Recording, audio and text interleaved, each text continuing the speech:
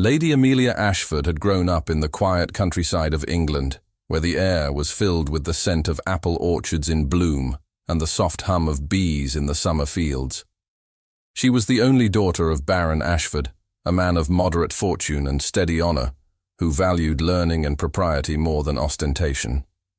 Within the walls of Ashford Manor, Amelia had been raised among books, music, and the ordered beauty of her mother's gardens.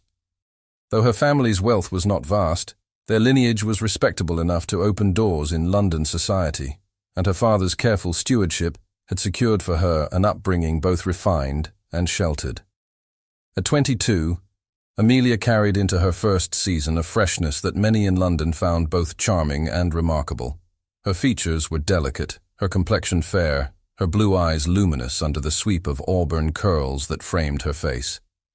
She moved with a natural grace that had not been taught in the dance schools of the city, but born instead from long walks across meadows and a youth spent among the open fields.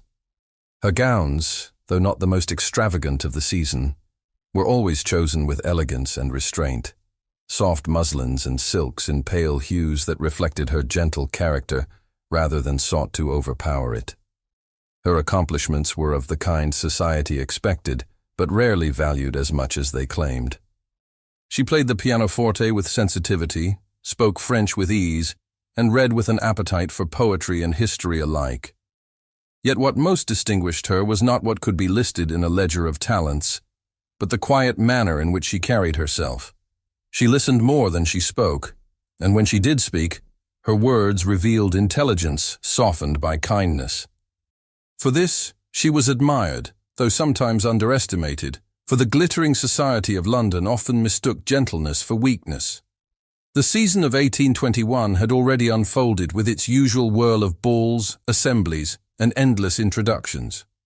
Amelia had been presented with grace at court, guided by her mother's steady hand, and had found herself included in a circle of young women whose families were more powerful and whose fortunes were more expansive than her own. Yet despite the inevitable comparisons, Amelia's quiet composure had begun to draw its own share of attention. She was not the most dazzling beauty in the room, but she possessed something rarer, a sincerity that seemed to calm the air around her. It was this quality, perhaps, that had drawn the notice of Edmund, Duke of Wetherby. His name carried weight in every drawing-room of the capital, for he was not only a man of great fortune and title, but also one marked by the sombre distinction of loss. Widowed 3 years earlier, he was a figure both admired and feared, known for his strict reserve and an aloofness that discouraged even the boldest of hopeful mothers. At 35, tall and broad-shouldered, he carried himself with the authority of rank and the detachment of one who had set himself apart from the frivolity of society. Rumor painted him as unyielding, and yet the mere whisper of his attention was enough to ignite a storm of speculation. For weeks, Amelia had been made the subject of such whispers. She had danced twice in his presence, though never with him. She had been seen speaking to his sister in quiet conversation. She had once caught him glancing in her direction at a concert. From these small fragments, London drew vast conclusions. Ladies fanned themselves with secret delight at the prospect, while others, less charitable, spoke of her modest fortune as though it were a failing too great to be overlooked. Through it all, Amelia kept her composure, refusing to indulge either in reckless hope or defensive denial. She was too well bred to allow her name to be swept along by rumor, and yet her heart, against her will, had begun to quicken at the thought that perhaps, just perhaps, fate had turned its eyes upon her. Her parents, too, allowed themselves to imagine possibilities. Though Baron Ashford was cautious, his wife encouraged Amelia to see the season not as a gauntlet to be endured, but as an opportunity to secure both her own future and the family's standing. A union with the Duke of Wetherby was spoken of in hushed tones at home, never pressed upon Amelia, but always present in the air they breathed. Such a match was beyond what they might have expected for her, and yet London seemed intent on weaving the idea into every conversation. It was on the evening of Lady Godfrey's grand ball that the threads of speculation seemed ready to tie themselves into something more tangible. The ballroom was ablaze with light, chandeliers casting their golden glow across silk-draped walls and polished floors. The air was heavy with perfume, the rustle of gowns and the murmur of expectation. For Lady Godfrey's events were known not only for their splendor, but for the careful weaving of connections, and it was whispered that the Duke himself would make an appearance. Amelia dressed with her mother's attentive guidance, her gown chosen in a shade of ivory so pale it seemed to catch the candlelight. The fabric clung in graceful simplicity, its adornments few, for her beauty did not require excess. A single strand of pearls lay against her throat, a token from her late grandmother, and in her hair, auburn curls framed her face with soft, unstudied elegance. As she entered the ballroom, accompanied by her parents, the hum of conversation shifted ever so slightly, for her presence was already known, and her name already tied to the evening's most anticipated guest. She felt the weight of every gaze upon her, some curious, others appraising, and still others tinged with envy. Friends greeted her warmly, pressing her to join their circle, while more distant acquaintances offered polite nods, their eyes betraying curiosity as to how the night might unfold. The music swelled, couples moving across the polished floor, and Amelia allowed herself to be drawn into conversation, though her thoughts remained restless beneath her calm exterior. Time passed, the dances continued, and the anticipation in the room seemed to grow rather than diminish. Then, near the height of the evening, the great doors at the far end of the ballroom opened, and Edmund, Duke of Wetherby, entered. His tall figure was unmistakable, his presence commanding, his attire severe in black and white, with none of the brighter colors or flourishes that other gentlemen allowed themselves. Conversations faltered at his appearance, fans paused mid-motion, and heads turned as though drawn by an invisible thread. Amelia felt her breath catch, her pulse quicken. Though she had seen him before, there was something altogether different in seeing him approach within the blaze of chandeliers, his steps measured, his gaze fixed with an intensity that seemed to silence the room. Her friends drew nearer, some with eager whispers, others with barely concealed smiles of envy, for it seemed plain that he was crossing the room with purpose. The music continued, the violins weaving their melody, but to Amelia, every sound blurred into the pounding of her own heart. He drew nearer still, the crowd parting instinctively, until at last his dark eyes met hers across the remaining distance. The air grew heavy, charged with unspoken anticipation. The murmurs of the guests swelled, for all believed they were about to witness a moment that would seal Amelia's fate and confirm the speculation that had long consumed London society. The music swelled, yet the air grew heavy, as if something unspoken lingered between them. The question remained, would the Duke approach her, or would London's whispers prove crueler than she imagined? The Duke's approach was slow and deliberate, his steps carrying the weight of authority that belonged to his station. The company parted with a kind of reverent caution, each guest careful not to stand in his way. The hum of voices subsided until the only sound seemed to be the glide of music from the orchestra and the soft rustle of gowns shifting aside. Amelia stood still, her breath caught in her throat, every nerve alert as his imposing figure advanced through the light of the chandeliers. The moment stretched with unbearable intensity.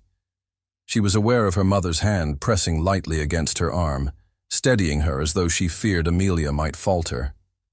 Her father's posture stiffened beside her, his pride restrained by the knowledge that this encounter was taking place before the eyes of all London. Amelia's cheeks warmed, her heart trembled, but her gaze did not drop. She held herself as she had been taught since childhood, poised, composed, her head lifted with dignity, even as her heart swelled with uncertainty. When the Duke at last stood before her, silence claimed the circle of spectators that had gathered around them. His dark eyes, set in a face of stern distinction, met hers without the softness she had dared to hope for. There was no trace of the courtesy that custom required on such an occasion. Instead, his countenance was fixed, impenetrable, the lines about his mouth carved with resolution. For a fleeting instant, Amelia thought he might extend his hand and request the honor of her dance. She imagined the relief of the crowd, the triumphant whispers, the vindication of her family's name. But the thought was banished as quickly as it had formed, for instead of offering civility, the Duke allowed his voice to cut through the stillness of the ballroom, low in tone, yet so clear that no one present could mistake his words. "Lady Amelia Ashford will never be my wife."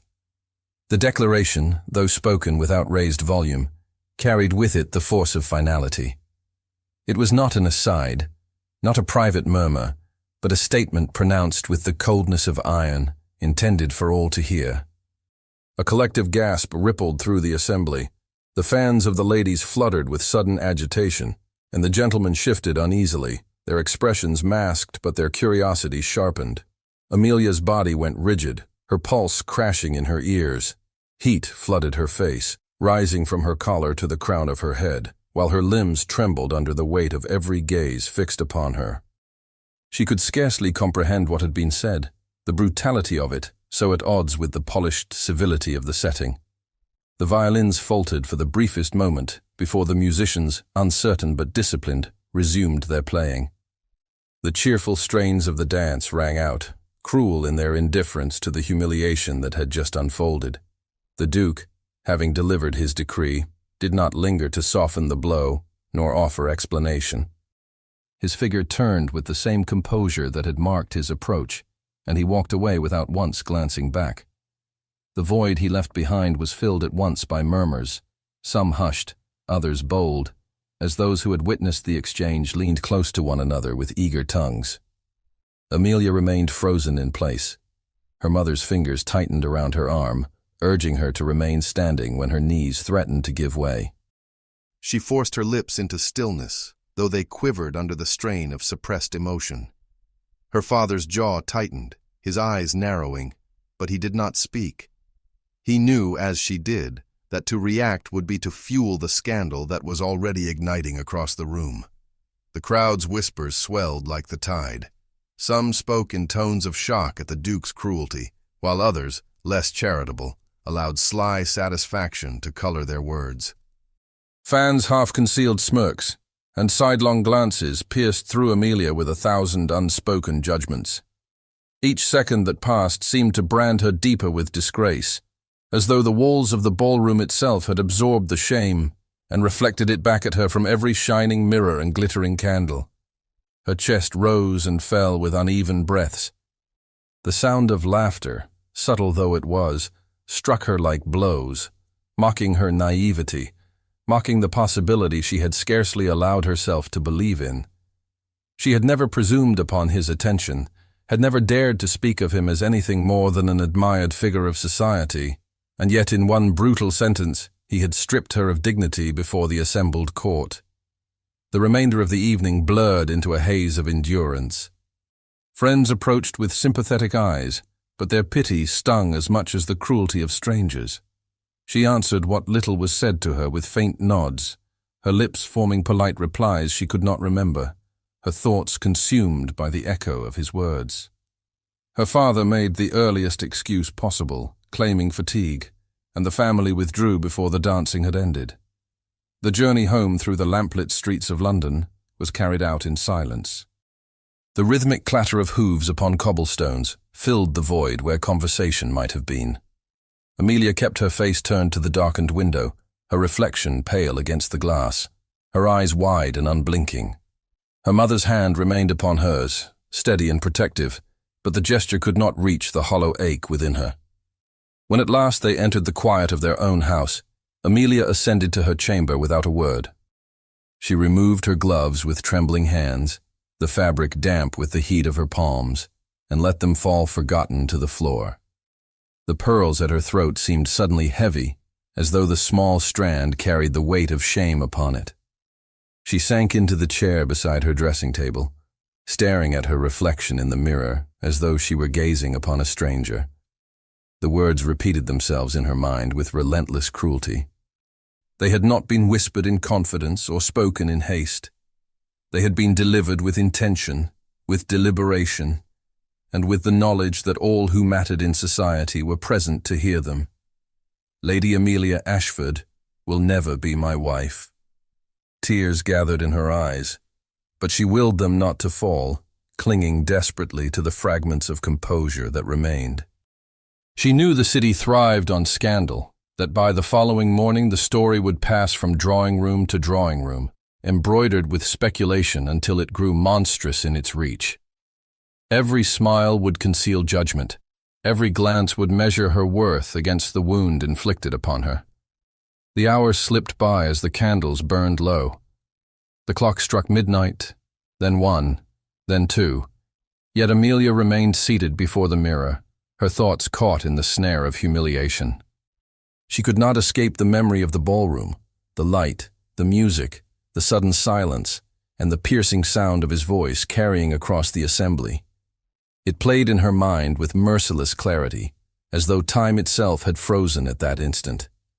The violins resumed their melody as though nothing had happened, but the girl at the center of the storm felt as though the floor itself might give way beneath her feet.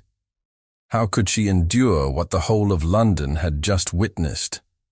The silence of her chamber pressed upon Amelia with a weight more oppressive than the crowded ballroom had been. She had escaped the blaze of chandeliers and the hum of voices, yet here, alone beneath the faint glow of 2 guttering candles, her humiliation grew sharper. The quiet allowed no distraction, and every detail of the evening replayed itself in merciless sequence. Her gloves lay crumpled upon the carpet where she had let them fall, pale fabric soiled by her trembling hands. The pearls at her throat were already removed, resting on the dressing table like relics from a life she could not believe had been hers only hours earlier. The ivory gown, once chosen with such hopeful care, now clung heavily to her as though it bore the weight of disgrace. She lowered herself onto the chair beside her bed, the bodice stiff against her ribs, her breath uneven, and pressed her hands to her face. Tears she had tried to withhold before her parents now broke free. They slipped down her cheeks unchecked, darkening the silk of her sleeves. Her shoulders shook as sobs overtook her, not loud, but desperate, the kind that spring from a wound too sudden and too deep to be borne in silence. She had never sought to stand at the center of London's gaze, and yet tonight she had been thrust there, not for admiration, but for ridicule. In her mind the scene unfolded again, the crowd parting, his figure advancing, her mother's steady hand at her arm. For one suspended instant, she had believed kindness might await her. But then the words had come, spoken with precision, words she could not expel no matter how she struggled against them. The sting was sharper than rejection alone, for it had been public, deliberate, a declaration meant to silence speculation and extinguish her hope with a single blow. The hours dragged, measured only by the steady tick of the clock on the mantel and the sigh of the wind against the shutters. At last she rose and paced the room, unable to sit still beneath the weight of her thoughts. She walked from the window, where the city lamps flickered faintly, to the mirror above the fireplace, where her own reflection startled her with its pallor and swollen eyes. She scarcely recognized herself. The girl who had entered Lady Godfrey's ballroom in ivory silk seemed a stranger to her now, someone too innocent to grasp the cruelty of the world. Sleep eluded her. Each time she closed her eyes, the music of the violins returned, mingled with the echo of his voice. The 2 sounds, so at odds, became a torment she could not escape. She pressed her palms against her ears as though she might banish them, but they remained. She sank once more into the chair, exhausted yet restless, her tears finally giving way to a hollow numbness. By morning, the first light seeping between the curtains revealed a face altered by grief. Her maid, entering softly to prepare her dressing table, cast her a glance of discreet pity, but said nothing. Amelia allowed herself to be dressed in a simple day gown of grey muslin, her movements mechanical, her mind elsewhere. She descended to breakfast with her parents, who waited in silence, their expressions grave. Her father unfolded the newspaper, but she knew before he spoke that the story had already taken root. Whispers did not remain confined to a ballroom. They traveled with merciless speed, and though the ink on the page did not name her directly, the lines were drawn too clearly to mistake. The rejection of a lady by a widowed duke had already become fodder for every household. Her mother, attempting to shield her, urged her to eat, but Amelia's appetite was gone, She stared at the plate before her, the hum of conversation reduced to a dull roar in her ears. Later that day, when she dared to step into the parlor, a visitor arrived with forced cheer. A family acquaintance, feigning casual conversation, made inquiries about Amelia's health while her eyes glittered with the eagerness of one gathering fresh scandal. Amelia responded politely, her words measured, though her heart burned. As soon as the caller departed, her composure shattered, and she retreated once more to her room, her cheeks flushed with humiliation. She began to understand that the ballroom had been only the beginning. The rejection was no longer hers alone to endure. It had been carried into every drawing room, repeated in hushed tones that grew sharper with every telling. She could not walk the streets without imagining the eyes of strangers upon her, nor sit at her window without fearing what words were spoken beyond her hearing. Even within her own home, the silence grew oppressive. She took to pacing the garden when weather allowed, seeking refuge in the familiar paths and the scent of roses. Yet even there, with the sunlight on her face, she could not escape the weight of her disgrace. Each step reminded her that her place in society had been altered. She was no longer simply Lady Amelia, daughter of a baron. She was the young woman whom the Duke of Wetherby had publicly vowed never to marry. In the solitude of her chamber at night, Amelia allowed herself to wonder what fault had been hers. Had her smile been too eager, her manner too modest, her presence too unremarkable to inspire him? She recalled her gowns, plain in comparison to others, her fortune modest beside theirs, and wondered if these had condemned her. Yet the cruelty of his declaration could not be explained by such matters alone. It had been more than a rejection. It had been a deliberate act of humiliation. Her heart recoiled from the memory, yet her mind returned to it again and again, searching for meaning where none could be found. Tears came and went, followed by moments of cold resolve, then by waves of despair. She had been taught that a lady's dignity lay in composure. But what composure could withstand such an open wound? She stood once more at her mirror, gazing into her own eyes as though seeking an answer. What remained for her now? Could she face another gathering? Another polite conversation that masked cruel amusement beneath its surface? The world beyond her chamber seemed at once too near and impossibly far. And she felt trapped within the walls of her own home, prisoner not of stone but of whispers. How could she return to the world with her head held high, when the very man who had wounded her was celebrated as noble and untouchable? Amelia remained withdrawn in the days that followed, her routine confined to her chamber and the garden paths that wound behind her family's house. The humiliation weighed upon her with each hour, pressing like a hand against her chest, steady and relentless. She could not escape the thought that all of London had seen her disgrace, and carried it now into their drawing rooms, where whispers multiplied like shadows at dusk. Every step beyond the walls felt impossible. Every thought of the world outside filled her with dread. It was her aunt, Lady Beatrice, who broke through that silence. She had arrived unannounced one afternoon, her carriage wheels crunching along the gravel drive as Amelia watched from her window. Beatrice was a woman of 50 years, her bearing upright, her expression one of practiced calm that only experience could teach. Widowhood had sharpened her insight rather than diminished her strength, and her tongue, though never cruel, carried the weight of truth. Amelia, reluctant to face even family, descended to the parlor at her mother's urging, where her aunt awaited her with eyes that missed nothing. The conversation did not begin with pity. Beatrice asked after Amelia's health, her meals, her sleep, each question spoken with quiet firmness.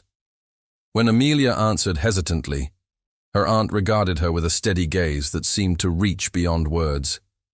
At last, when the silence grew long, Beatrice leaned forward, her hands clasped upon her lap, and spoke with the clarity of one who had seen enough of the world's cruelty to recognize its pattern.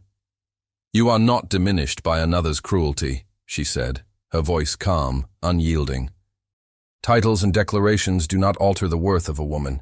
That hall was filled with mirrors and chandeliers, with faces eager for scandal. They will feed upon this for a time, but it will pass. And when it does, what remains of you will not be their whispers, but your own strength. Amelia's throat tightened. She tried to reply, but the words caught. Tears, which she had fought so fiercely to restrain, welled again and slipped down her cheeks. Beatrice did not chide her for them. Instead, she allowed the silence to hold, as though grief must be given its place before strength could follow. You cannot hide yourself away, her aunt continued after a time. If you surrender to their pity, you give them power. Return to what belongs to you, your books, your music, your walks. Let the city tire of its gossip, as it always does. Do not let the words of one man, however high his rank, define the whole of your life. The firmness of those words stirred something within Amelia, faint but real, like the first glimmer of light after a storm. She wiped her cheeks with unsteady hands, her breath uneven. The shame did not vanish, nor the wound, but a spark of rebellion flickered against the darkness that had consumed her. Perhaps she could rise, if only a little. Perhaps she need not remain prisoner to humiliation.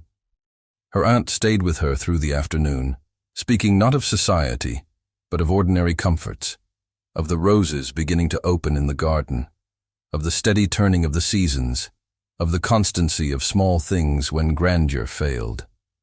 Amelia listened, her heart still bruised, but the words settled in her like roots beginning to take hold in soil that had been barren.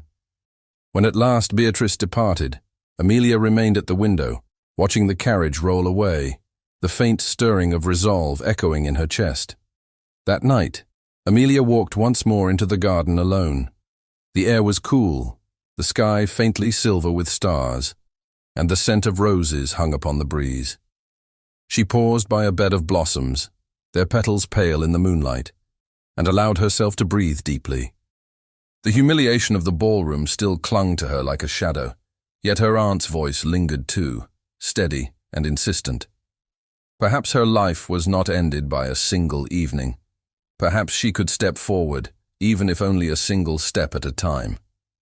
Beatrice's words were still echoing when, the following morning, a letter arrived bearing an unexpected seal. The letter was delivered with the morning post, laid neatly upon the silver tray that the butler carried into the breakfast room. Amelia's father took up his correspondence with methodical care, while her mother unfolded hers with delicate fingers. Amelia had little expectation for herself. Few wrote to her now, save for those who cloaked curiosity in the guise of concern. But when the butler set a small, cream-colored envelope beside her plate, marked with a seal she did not at first recognize, her heart stirred with an unease she could not explain. She broke the seal slowly, the wax snapping under her thumb. The handwriting within was precise and elegant, its strokes measured, betraying a practiced hand. As she read, surprise overcame her. The invitation was from the Duchess of Harrow, sister to the very man who had humiliated her. The words were courteous, even warm, expressing a desire for Amelia's companionship during the summer months at Wetherby Hall in Yorkshire. The Duchess spoke of quiet walks, of the comfort of reading aloud in the evenings, of needing a lady's presence to brighten her stay. Amelia set the letter down, her hand trembling faintly. The irony of the invitation was not lost on her. To step into the household of the Duke of Wetherby, after all that had occurred, seemed impossible, almost cruel. And yet the Duchess's tone carried no hint of malice, no trace of society's ridicule. It was, if anything, an offer of refuge, far from the whispers of London. Her mother read the letter beside her, her brow furrowed in thought. "It is unexpected," she murmured, "but not unkind." Her father, more cautious, reminded them of the pain Amelia had endured at that family's hand. Yet when Lady Beatrice was consulted, her response was firm. "Go," she said, her voice steady. "Go and breathe different air. The city will only wound you further. Let the country give you rest, and let the world see that you are not broken." Amelia hesitated. To leave London felt like retreat, yet the thought of remaining among the relentless whispers was unbearable. She longed for quiet, for open skies and fields that stretched beyond the reach of gossip. The Duchess's invitation, however strange, seemed to hold that possibility. And so, with a mixture of dread and hope, she agreed. The journey north was long, the carriage wheels rolling steadily along roads that shifted from the bustle of the city to the wide, green expanses of the countryside. Amelia watched the changing scenery through the window, her thoughts restless. Villages with stone cottages and narrow lanes gave way to meadows flecked with wildflowers. The air grew cooler, fresher, carrying the scent of rain and earth. She felt the tightness in her chest ease, though it never quite vanished. At last, Wetherby Hall rose before her. The great house, built of weathered stone, stood upon a rise overlooking rolling fields and distant woods. Its facade was severe, yet dignified, marked by tall windows that reflected the afternoon light. Gardens spread out in ordered rows, their hedges clipped and their gravel paths gleaming.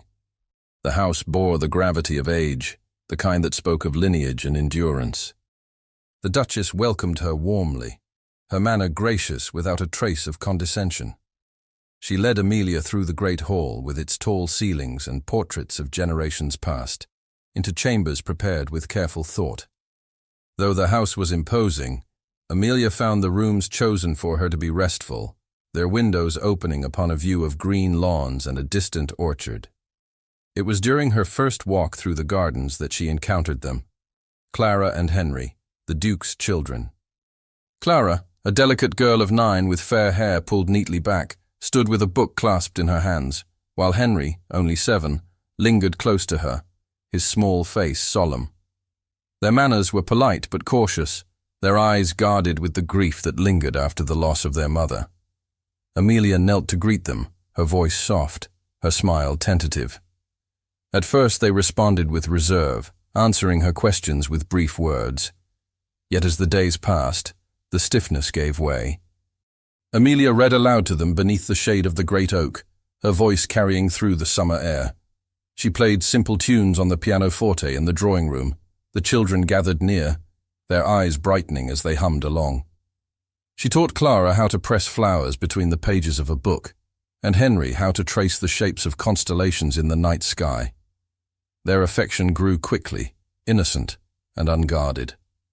They began to follow her footsteps through the halls, to slip their small hands into hers as they walked, to seek her presence at meals and in the garden. The house, once subdued by grief, seemed to stir with new life in their laughter. Amelia herself felt something awaken within her, a tenderness that soothed her own wounded heart. In caring for the children, she found moments of peace, of purpose, that London's society could never give. Yet with each passing day, she became aware of a shadow that lingered. For sometimes, when the children's laughter rang across the garden, she would glance upward and find Edmund, Duke of Wetherby, watching from a distance. His gaze was steady, unreadable, his expression a mask that revealed nothing. He did not speak, nor did he intervene, but his presence was a constant reminder of the night that had scarred her. The halls of Wetherby grew brighter with the children's joy, but each time Amelia looked up, she felt the weight of Edmund's silent gaze, as though he wrestled with an unseen storm. By August, Wetherby Hall stirred with activity. The long stillness of the house, softened only by children's footsteps and Amelia's gentle presence, gave way to the commotion of arriving guests. Carriages rolled up the drive, their wheels crunching over gravel. Horses snorted in the stable yard. Trunks were carried across the threshold, and the air filled with voices, London voices, sharp and practiced, full of curiosity. The hunting season had drawn them to Yorkshire, and with them came the tide of society's expectations. Amelia had known the peace she enjoyed could not last forever. Yet the sudden return of faces from London unsettled her more deeply than she admitted. She recognized some among the new arrivals, men and women who had stood in Lady Godfrey's ballroom on the night of her disgrace. Their glances betrayed remembrance, and though they cloaked it in politeness, she could sense the stirrings of whispers waiting to be spoken. The Duchess, gracious as ever, guided her through the introductions with steady composure. Amelia, dressed simply in a gown of soft lavender, carried herself with quiet dignity. She kept her voice calm, her movements graceful, though inside her heart quickened at the murmurs that trailed after her. She saw the fans lift to conceal lips that whispered, saw the sharp glances exchanged between matrons and daughters alike. It was not open cruelty. No one dared display such boldness in the Duke's house. But it was there, all the same, lurking in the shadows of polite conversation. What unsettled her most was the presence of Edmund himself. She had seen him often these past weeks, always at a distance, his eyes lingering yet unreadable. Now, with the halls filled and the rooms bright with guests, his authority seemed even greater, his reserve more pronounced. When he entered a room, conversations shifted at once, voices lowering, attention fixing upon him. He was a man who required no words to command respect. One evening, as twilight fell and candles glowed across the long dining table, Amelia found herself seated among the company. The silver gleamed, the crystal sparkled, the air heavy with the aroma of roasted meats and fine wines. She listened to the murmur of voices around her, answering when spoken to, yet always aware of the eyes that drifted toward her. Clara and Henry, placed with their governess at the end of the table, glanced often in her direction, their affection clear even in such a formal setting. It was then that a remark, lightly spoken but cutting in its intent, pierced the air. A lady to Amelia's left, her smile too sweet to be sincere, observed with feigned casualness how dearly the Duke's children seemed to favor their new companion. The words, though framed as admiration, carried an edge sharp enough for all to hear. The implication was plain. Amelia's closeness to the children had already become the subject of conversation. The table stilled, the chatter faltering into silence. Every head turned, some with open curiosity, others with concealed anticipation. All eyes settled not upon Amelia, but upon Edmund at the head of the table. His expression was calm, his hand resting lightly upon the stem of his glass. The weight of expectation pressed upon him, for his response would shape the evening, perhaps the entire season to come. Amelia's breath caught. The memory of Lady Godfrey's ballroom flooded her, the hush, the eyes, the cruel finality of his words. Her hands trembled beneath the tablecloth, though she kept her posture steady. Would he speak again, as he had spoken then? Would he condemn her once more, before a room filled with eager witnesses? He placed down his glass with slow precision, and the silence that followed was sharper than any blade. Would he condemn her a second time, or would his pride falter beneath the scrutiny of his own house? The silence at the dining table seemed to stretch endlessly, the air charged with expectation. The Duke's hand lingered upon the stem of his glass, his dark gaze sweeping the length of the company. His features revealed nothing, no irritation, no amusement, no tenderness. Only the composure of a man who had mastered the art of restraint. At last, he inclined his head ever so slightly toward the lady who had spoken, his voice calm, measured, and without warmth. "The children have endured much," he said. "They are entitled to any comfort they may find." Nothing more followed. No rebuke, no defense, no mention of Amelia by name. Yet the words, though spare, carried enough weight to silence further remarks. Conversation resumed in cautious tones, the company aware that the Duke's pronouncement was not to be questioned. Still, beneath the resumption of chatter and the clink of silver against porcelain, the undercurrent of curiosity remained. Amelia, though spared from open humiliation, felt the sting of being spoken of as though she were not present. When the meal ended and the company withdrew to the drawing-room, the whispers reignited in corners and clusters. Some speculated that Amelia's presence in the household must have purpose. Others declared that her gentleness toward the children was a mask for ambition. She heard her name slip from lips when backs were turned, saw the faint curl of smiles meant to suggest knowledge greater than truth. Each word, though not spoken directly to her, pressed upon her heart like stones added one by one to a burden already heavy. In the days that followed, the pressure within the hall grew. Edmund avoided direct encounters with her, his manner distant, though not unkind. Yet his silence, too, carried its own torment, for it left her without defense. Clara and Henry clung to her more fiercely than ever, their affection unguarded. They sought her presence from morning until night, slipping their hands into hers, calling for her to join their games, refusing lessons when she was absent. The strength of their attachment did not go unnoticed by the guests. It became fuel for their speculation, proof, so they believed, that Amelia had woven herself into the fabric of the household with calculated design. The gossip reached her ears in fragments, carried by half-heard conversations or the sympathetic glances of the Duchess. Some said she sought to ensnare the Duke through the children. Others whispered that her humiliation in London had driven her to seek redemption through ambition. Each word struck cruelly, for Amelia knew the truth of her heart, that she asked nothing, sought nothing, desired only to bring comfort where grief had left its mark. But society rarely cared for truth when scandal offered greater delight. Edmund himself was not untouched by the storm. Though he gave no sign before the company, those who knew him well saw the weight that pressed upon his brow. Alone in his study, he paced in silence, torn between the vow he had made to the memory of his late wife and the reality before him. His pride urged him to dismiss Amelia, to send her away and still the voices that threatened his household.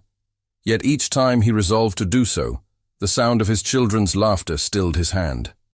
For their joy, so long absent, had returned only through her presence.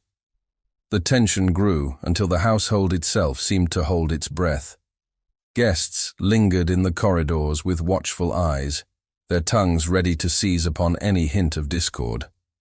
The Duchess, dignified though troubled, sought to protect Amelia with her company, but even her presence could not shield the young woman from every glance and whisper. Amelia bore it with composure, her smile calm though her heart ached beneath the strain. It was in the midst of this turmoil that fate struck its cruelest blow. Clara, who had been bright and laughing only days before, was seized suddenly by illness. A fever gripped her, swift and unrelenting, her small body weakened by the heat that consumed her. The household was thrown into alarm. Physicians were summoned, remedies prepared, prayers whispered in every chamber.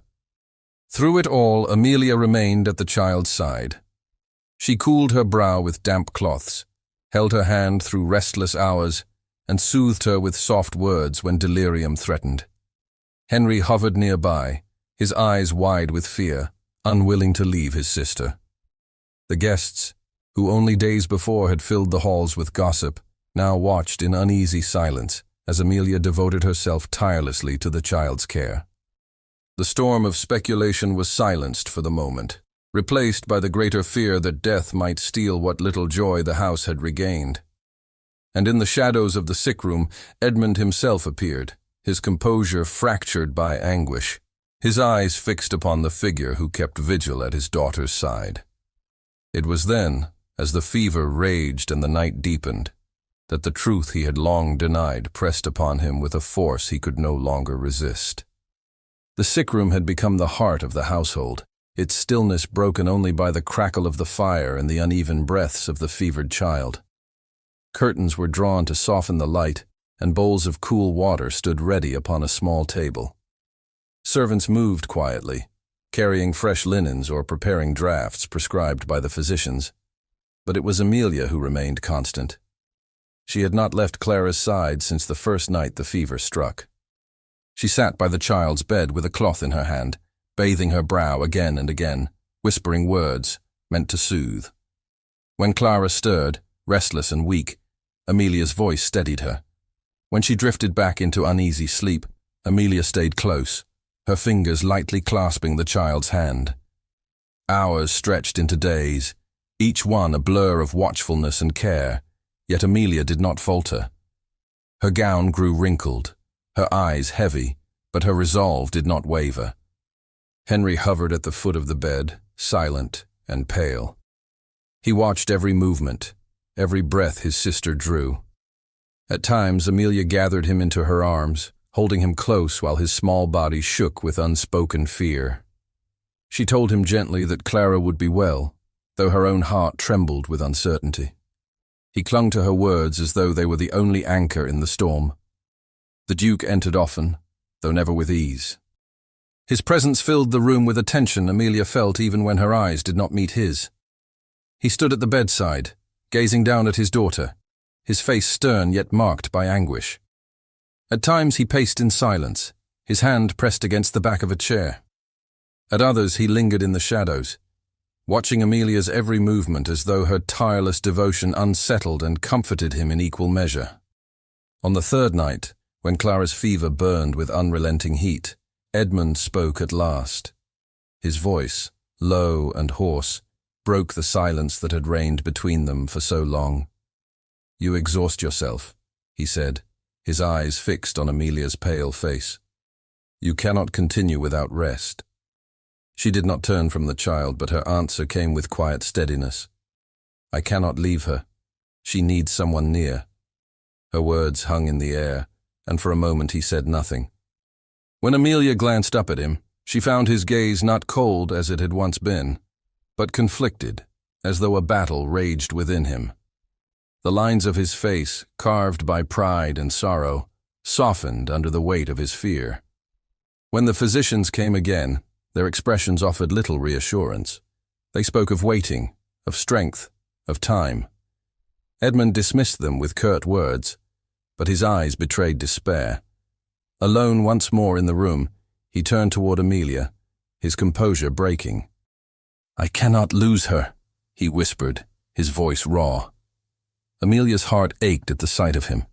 This man who had wounded her so deeply, yet now stood undone by grief. She reached for Clara's hand and pressed it gently between her own, her voice calm, though her tears brimmed. "She is strong," she said. "She will not leave you. We must keep faith." The hours crept forward with unbearable slowness. Amelia's head drooped at times, her body weary, but each time she roused herself, unwilling to surrender.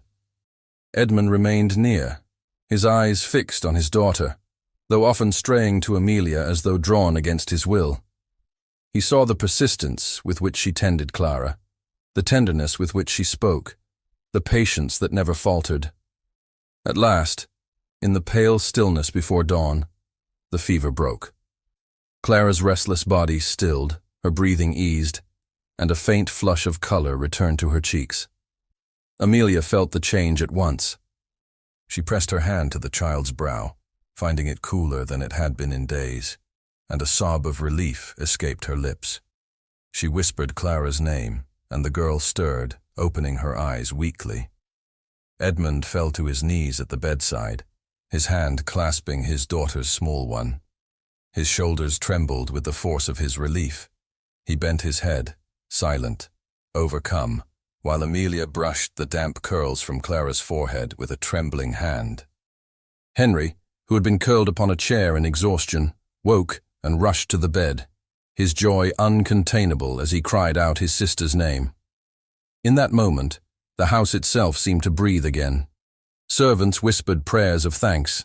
The Duchess wept quietly in the corridor, and Amelia, though weak from weariness, felt her heart lift. She had given every measure of her strength, and now, at last, there was hope. Later, when the child slept peacefully at last, Amelia stepped into the corridor, her body unsteady from exhaustion. Edmund followed, his footsteps heavy upon the floorboards.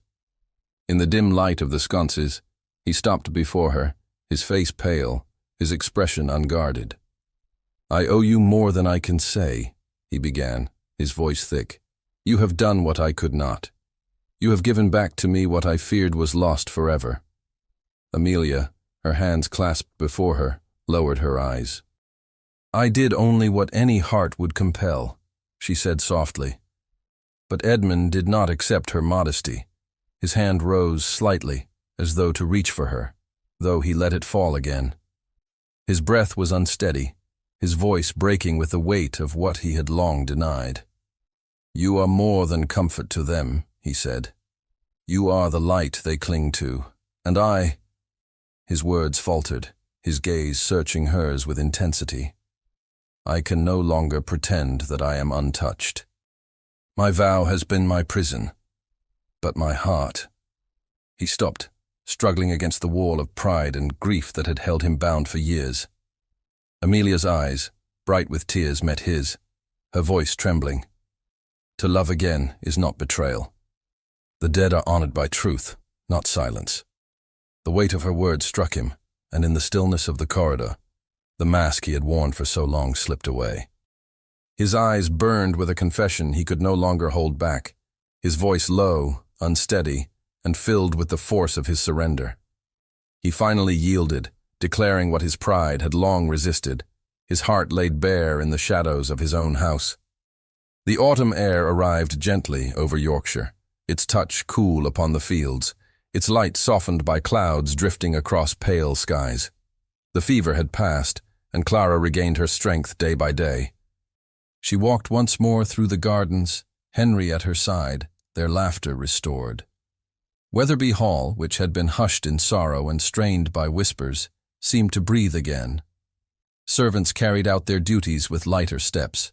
The Duchess moved through the rooms with quiet relief, and even the guests, though restless for entertainment, found their tongues stilled by the sight of the children's recovery. Amelia remained near them, her presence as natural now as the rhythm of the household.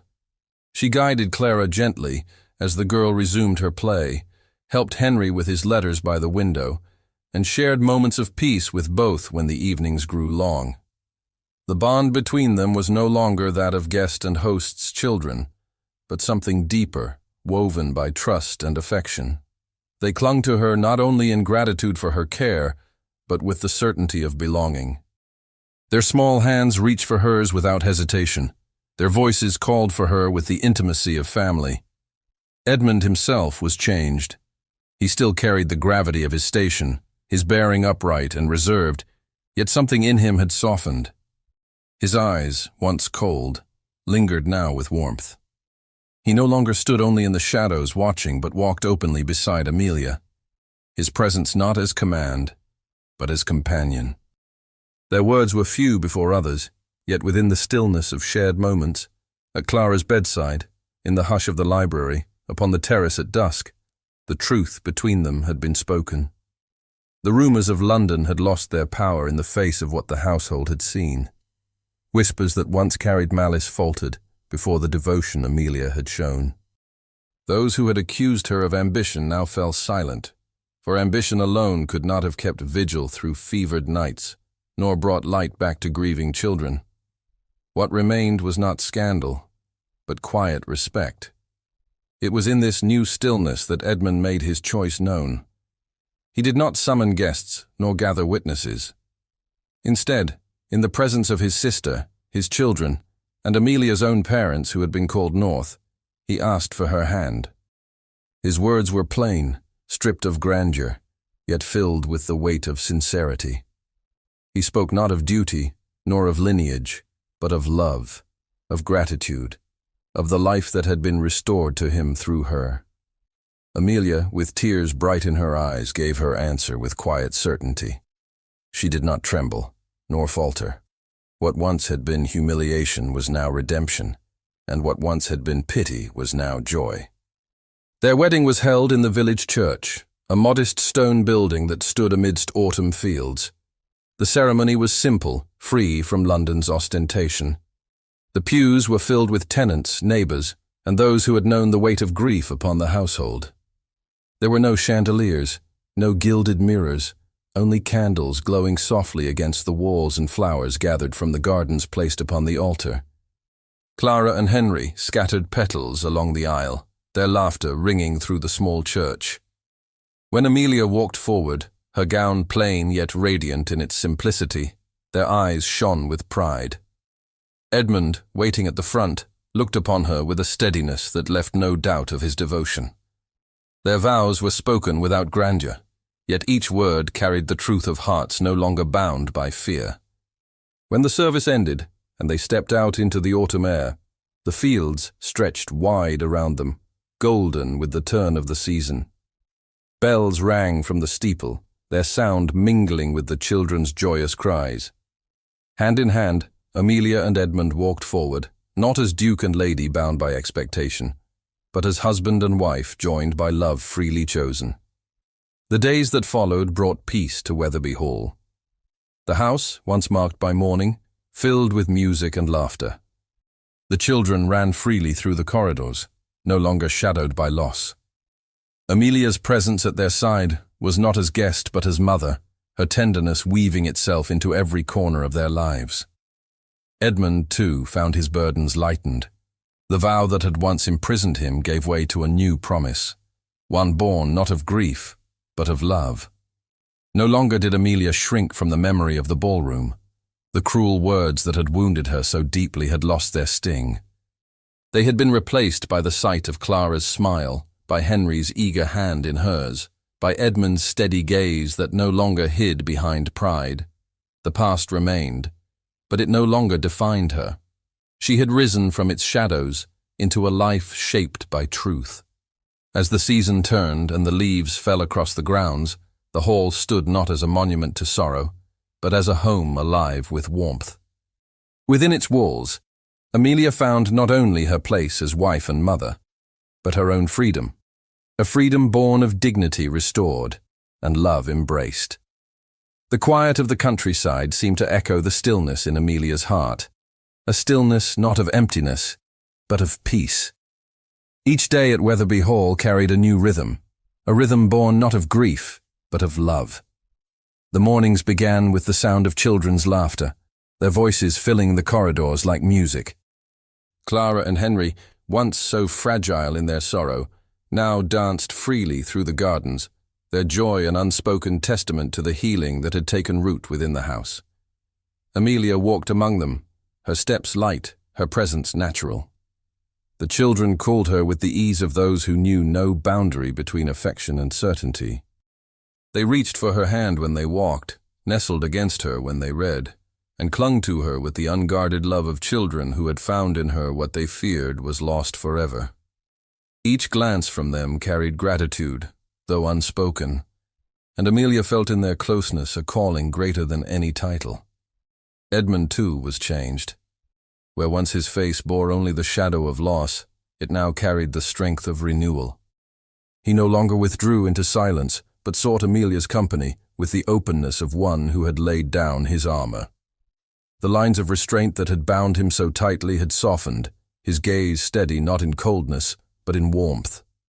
He walked beside her in the gardens, rode with her along the autumn lanes, and in quiet hours by the fire, their words flowed with the ease of two souls, no longer bound by pride or fear. One evening, as the dusk settled over the fields and the last of the light painted the sky in muted gold, Edmund led her into the library. The room, with its tall shelves and familiar scent of leather and paper, had long been his refuge. Now it was filled with the glow of the fire, casting warmth across the polished wood. He closed the door behind them, not with ceremony, but with the intimacy of a man who wished to speak truth without interruption. He stood before her, his expression solemn yet tender. "When I swore never to remarry," he said, his voice low, "I believed I honored the memory of what I had lost. I thought it fidelity, though in truth it was fear. I feared that to love again would diminish what had come before, and so I bound myself in silence.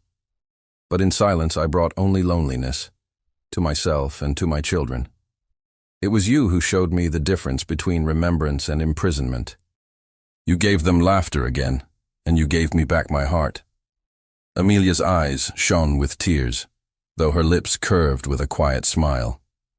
"The past cannot be undone," she said softly. "But love does not betray it. Love honors it by giving life where loss has taken. What you feared as betrayal is the truest fidelity, to cherish what was and still allow what is to bloom."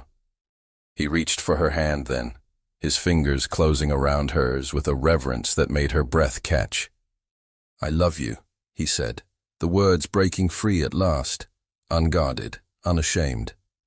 "I loved you when you knelt at Clara's bedside, when you gave Henry hope, when you bore the whispers of society with a strength greater than mine. I love you not as a man clinging to the past, but as one who has finally learned to live again." Her tears spilled freely now, yet her voice did not falter. "And I love you," she answered, her heart steady. "I love you for your strength, even when it faltered. I love you for your children, who have become mine as surely as if they had always been. I love you for the courage it takes to lay down pride and choose truth.